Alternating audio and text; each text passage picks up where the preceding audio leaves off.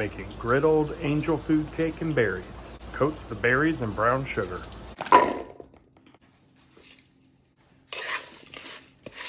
Toast the angel food cake.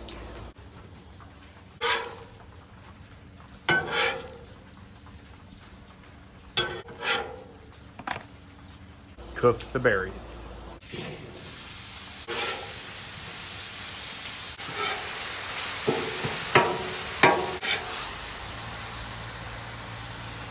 Top with whipped cream.